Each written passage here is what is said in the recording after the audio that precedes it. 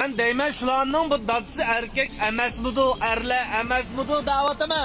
Aji guylarning deyman, opangni elib senda guylar topqan shu erkakda. Ha? Sen bu yerga chiqib qilib, qo'llandiq qilib, uni qilib, buni qilib, yo'g'ontimi, tom qilib deb nemish qilmoqchisan? Biz oz buzilatamdik hozir, ey. Ha?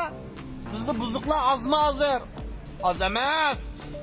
Buzuqlarning avjiga chiqqan vaqti. Ha? Sen mush fursatdan foydalanib, ha? Haqqim bana jalab bersang bulamda, ey. Tulqotimning vallari.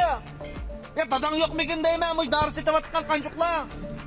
Dadang yo'qmikin dartma sening, Dadang bo'lgan bo'lsa, seni bir og'am bir yiring bo'lgan bo'lsa, sen o'ylamayaq uch qashqar chiqib, butun erlarga haqorat keltirmagan bo'larding.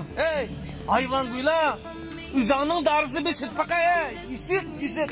Ey, bizniki bunda bir mudrolar sasır, erlar sasır. Ey, noter sulam. Men deyman, ey. Ma ba'zan bir jin shaytonlar bizga bevosita pichoq uryapti, bevosita tig' sevyapti bizga. Butun erkaklarga tig' sevyapti. Ma'lum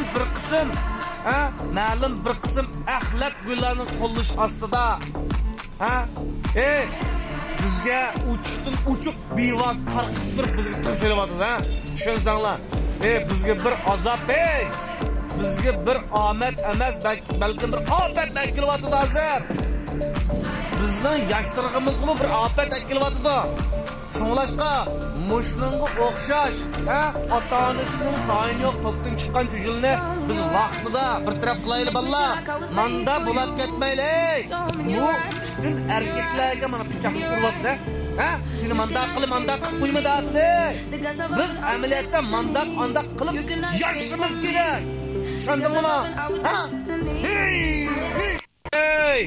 Ma ba'zan